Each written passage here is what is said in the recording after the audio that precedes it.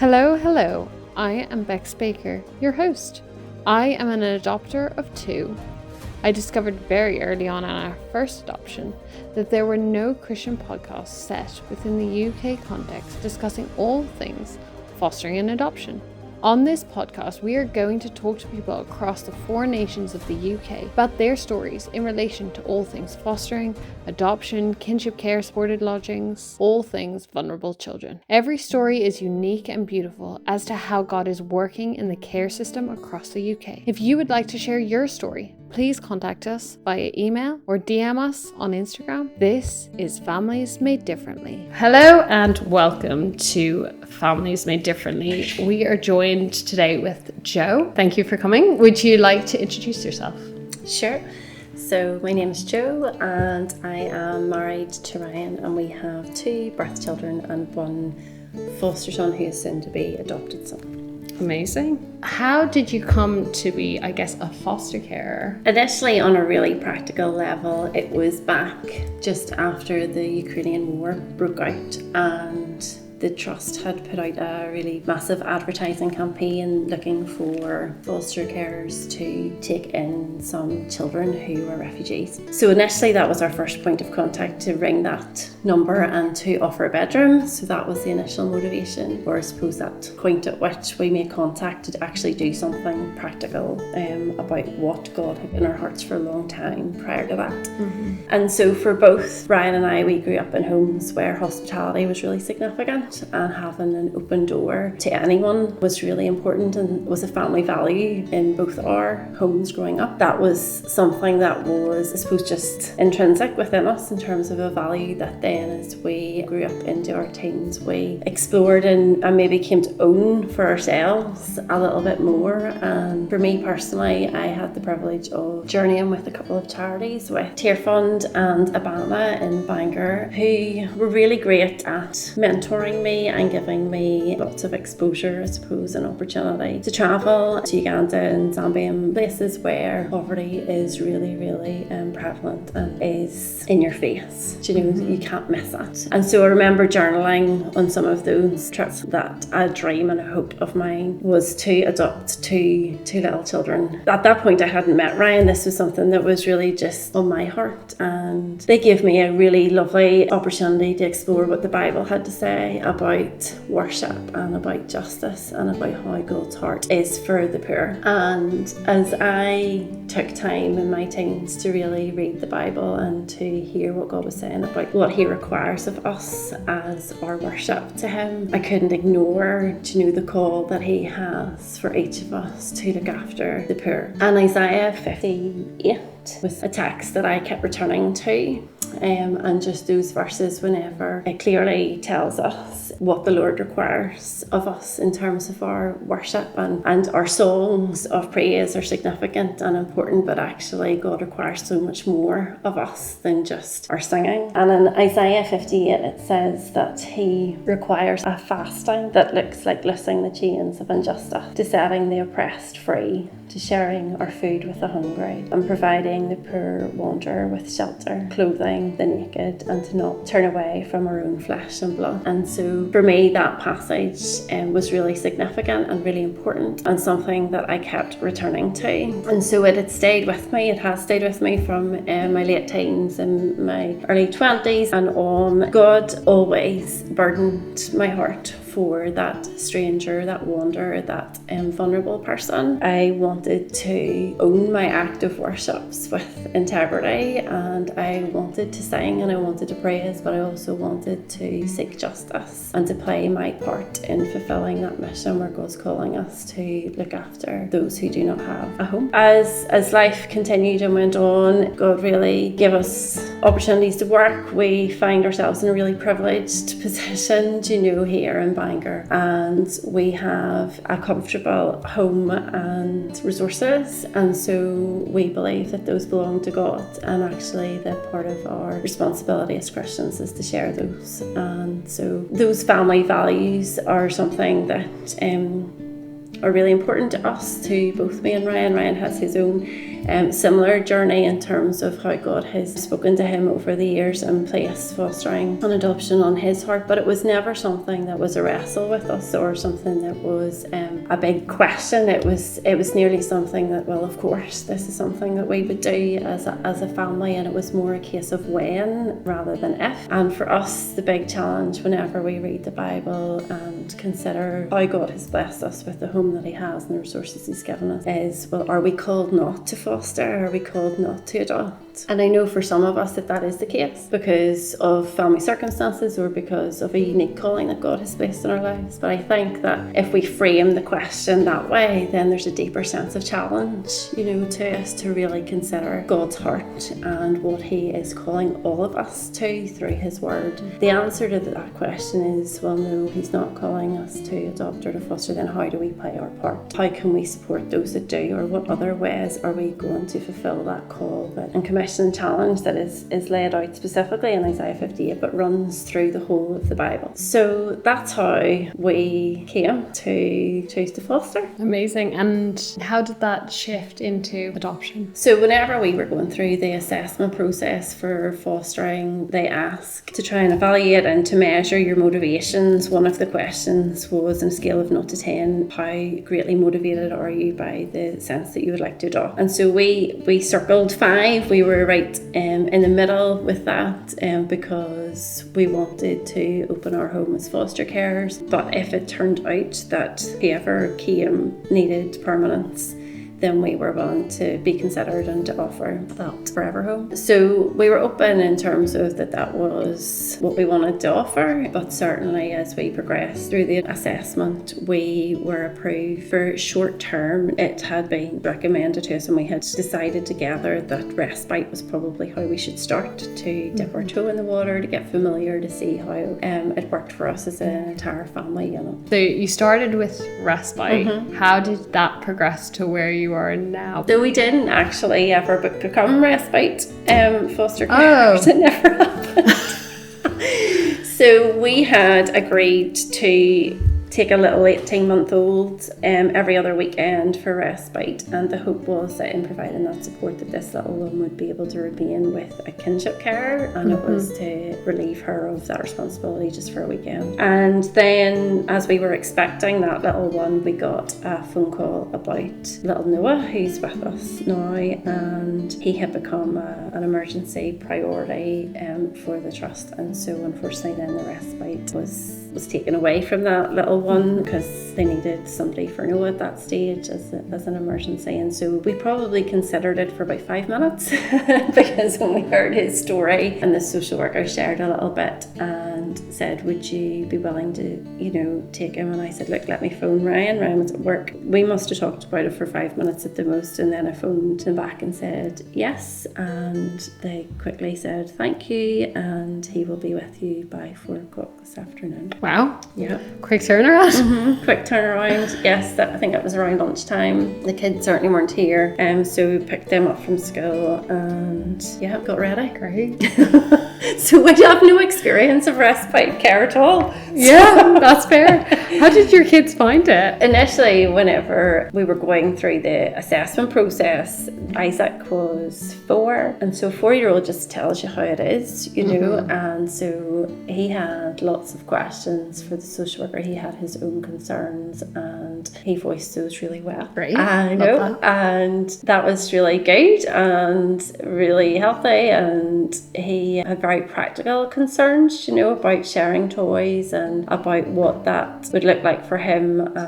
What about me and sharing mummy, with another little one who was obviously going to be younger and be more demanding in terms of time. So he did have a lot of questions. He was very worried that his superheroes might fall on the baby's head and then hurt the baby, so he had lots of little concerns. And then Rosie as well was really looking forward to having another addition in the family. She had spent a long time praying for a little brother, and God blessed her with that and answered that prayer for her. And our joke now is, seeing the kingdom of God and his generosity, you've now got 2 loves, so you didn't bank on that when you prayed the first time.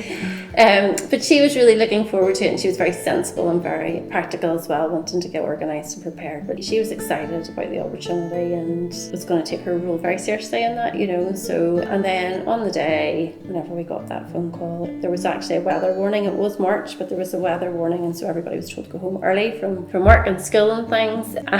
All the shops were shutting. So we had just got that phone call and we had nothing because Isaac was 4, and as wonderful as social services are in the fostering team, they weren't going to have delivered anything by 4 o'clock in the afternoon, and with the weather warning, everywhere was closing. So anyway, picked Rosie up early from school, and then we went and did a Tesco rush and came home with what we thought would get us through the night, to be perfectly honest. And it did. It did, and that was wonderful, you know, just to see them finally, after a year of preparation, a year of talking about it, a year of praying about it, a year of assessment, a year of them, you know, being talked through what to expect. Finally, there was a little face, you know, to the idea of what fostering could look like, and yeah, for both of them, they fell in love very quickly. So what has been your favourite memory so far?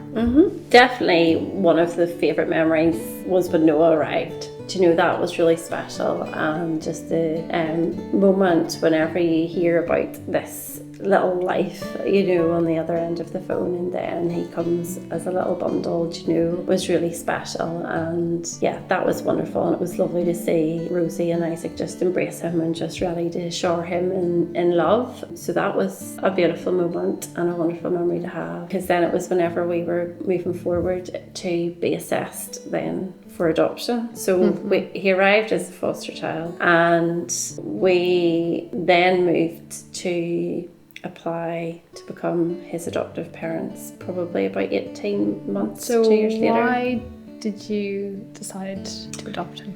We were really committed to him and also to helping his mum, his birth mum. Our hope and our prayer for her was that she would be able to make the changes that she needed to in her life in order for them to be fully reunited. And as time went on, it became very obvious that that was unlikely to happen in a timeline that was going to be suitable for Noah.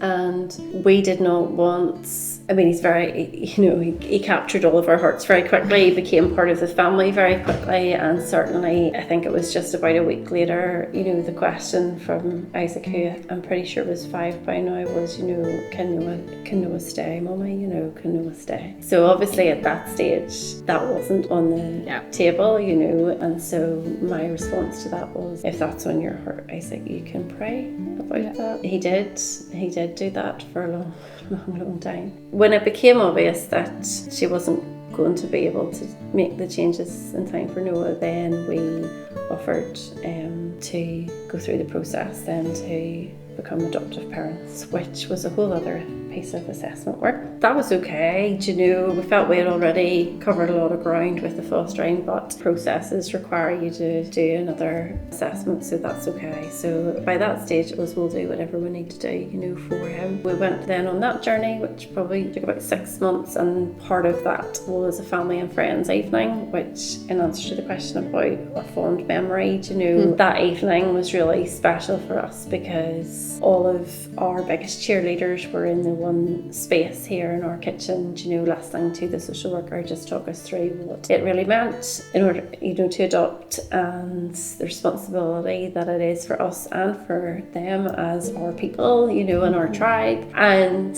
that evening was just a delight, and there was just real joy in the room, you know, and Noah was here and running around and just so comfortable with everybody, and he knew every single person in that room supported and loved him, and that these were his people. And it was just a lovely moment where we were really grateful for our friends and family who have supported us and who are in being here, saying we're going to continue to be your village, to know that you need to raise your kids. So that was lovely. And then it was a great moment to be able to celebrate whenever we passed panel for to become Noah's adoptive parents, and also that all our work, if you like, had been done. They had said yes to us, and so then after that it's just been a matter of paperwork and process that needs to happen still. So we're nearly there. We're not quite there yet. We're hoping in the next couple of months to be completed. But yeah, so those would be our highlights, I suppose, over the past couple of years. How has God been speaking to you through it? So definitely he has been teaching us to trust him, and for being a Christian majority of my life I would have said that I trusted God and have done for many big things in my life, but this was going deeper yet again, and God reminding me,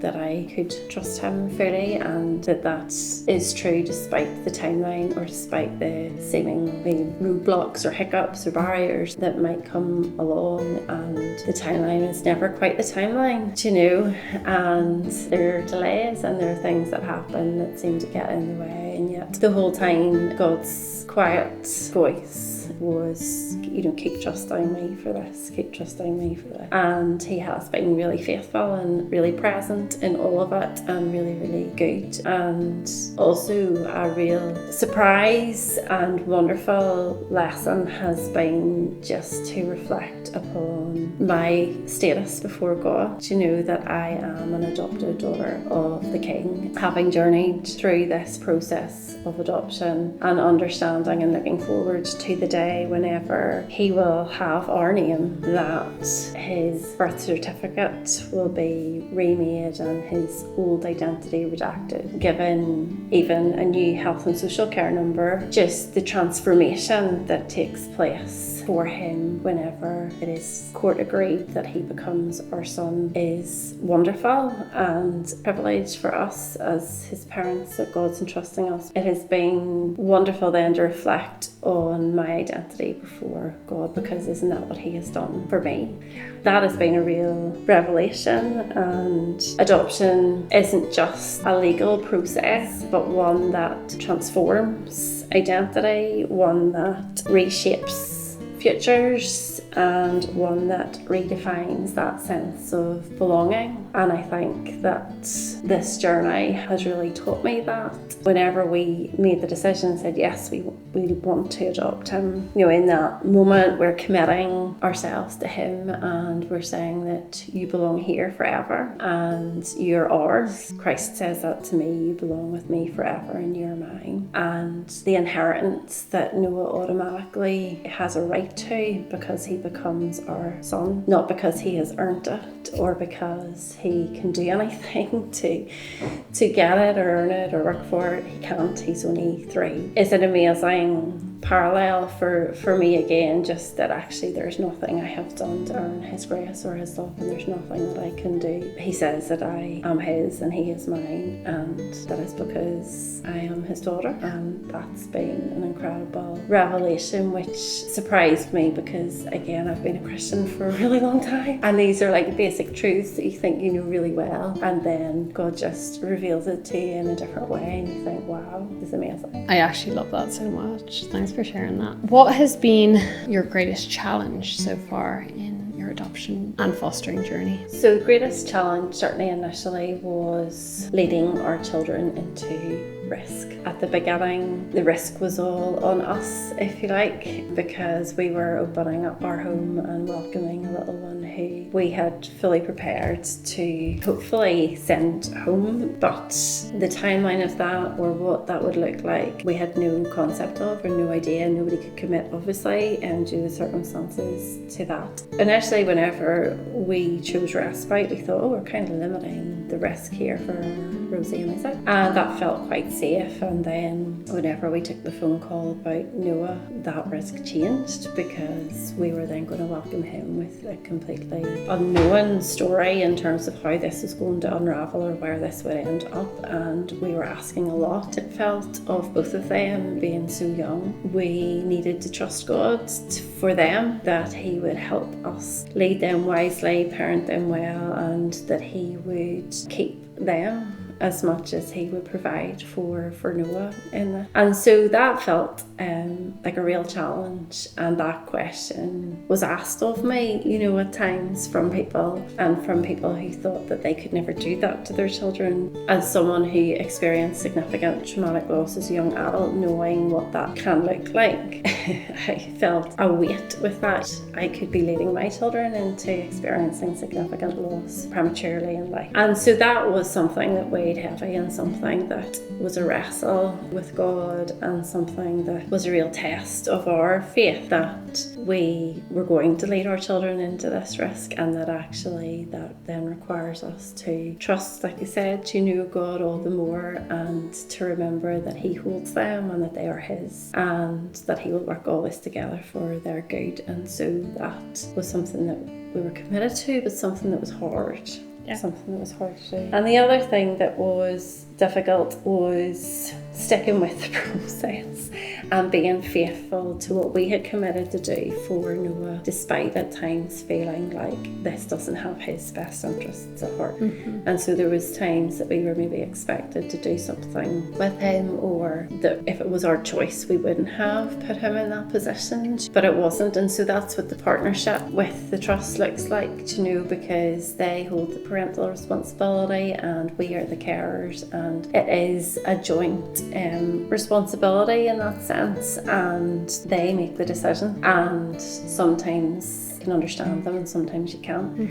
And we knew that we needed to be faithful to what we had committed to do with them for Noah, to see through this process ultimately for him, but it was difficult at times whenever it wasn't our choice. Yeah. Have you felt well supported during the journey? We have felt really supported through the process, and I mean certainly our families have been supportive, and in particular our sister-in-law has been incredible support, and she's also a social worker, so that's been really handy to have. That is handy. In your back pocket. And have a tight, close network, I suppose, of friends that then offered to be that practical support to help us with Noah. So they also got approved to be our support, so that practically if we needed to go to an appointment or something, that they were able to look after him. So that was really, really helpful and lovely, and really appreciated them. I suppose we've been really blessed with different layers of support, because we had those people who were really in it with us from day one, supported us through the assessment process and all of that, and then when Noah came, and very hands-on and very practical with him. And then also there's those people who have been really faithful in praying for us, and our church family have been really significant in that. And just the text, you know, on that day whenever we were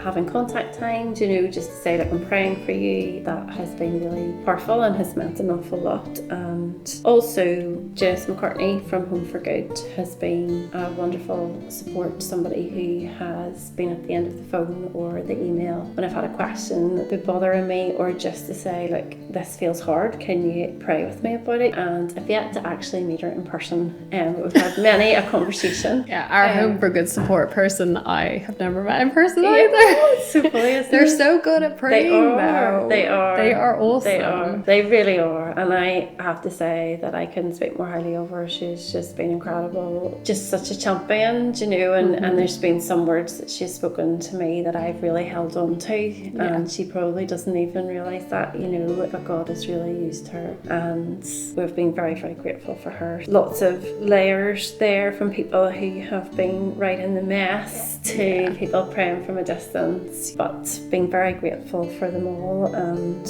we said it takes a village, and it actually takes an army, is what I would say. And most of them are on their knees. Yeah, very grateful for them all. Amazing. And have you experienced God's blessing? It's been such a blessing to see Noah thrive, so that's been wonderful. And whenever we had follow-up visit just a week after he arrived, the social worker said, Joe, we got him just in time, you know, because of the significant change that she could see in this little baby just within a week. And that was just wonderful to hear, you know, and we didn't feel like we were doing anything particularly special, because he got bundled up and carried on the school runs and sat at the swimming pool edge, and, you know, jumped into the bed with Isaac for the bedtime story, and just was thrown in as the third child in the family to what was already established routines and the crazy that was already in this house. And yet there was physical changes within him within a week, and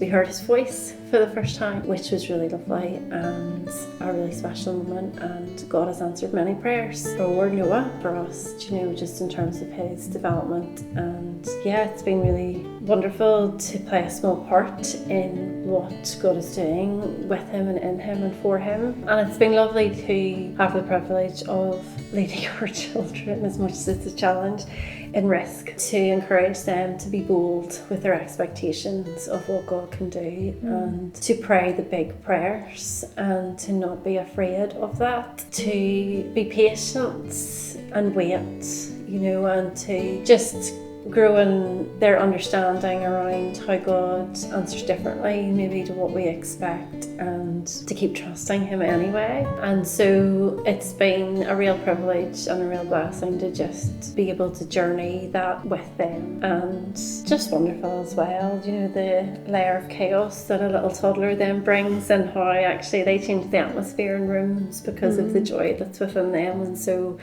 it's been lovely just to have another little one to add to the family. Amazing. So you've kind of mentioned this a little bit already, and I guess naturally it happens through fostering, but one of the themes that's been running in recent months in the podcast has been direct contact.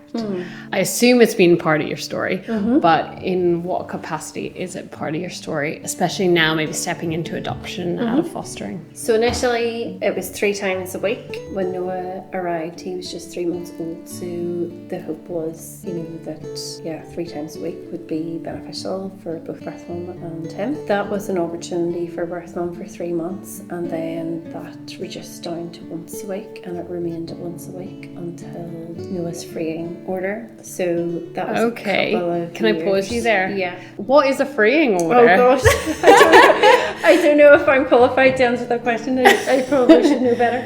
That is whenever Noah's birth mum no longer has any parental rights. Okay, so I think in England it's called a placement order. Okay. So I think that's a Northern Irish term for a placement order. Okay. Potentially. I'll trust you. So she no longer then has any parental rights, and it is the trust who hold all of the rights. And the plan then changes from a twin track process from both fostering with the possibility of adoption to single track of adoptions. That is really helpful to know. So a freeing order. A freeing order. Yeah. Okay, thank you for educating us on that. Whenever then that freeing order was granted, contact reduces. So it was then going to be in 3 months' time, then in another 3 months' time, then in 6 months' time, and then eventually once a year. Okay. The difference as well, since we were approved at panel to then become Noah's adoptive parent, then he was formally matched with us, then we are present at the contact. Yes. So that's the change. I would have dropped him to see his birth mum during the fostering season of contact time, and that was challenging. There's much more to it than that. And the contact then moving on together has been the best it can be.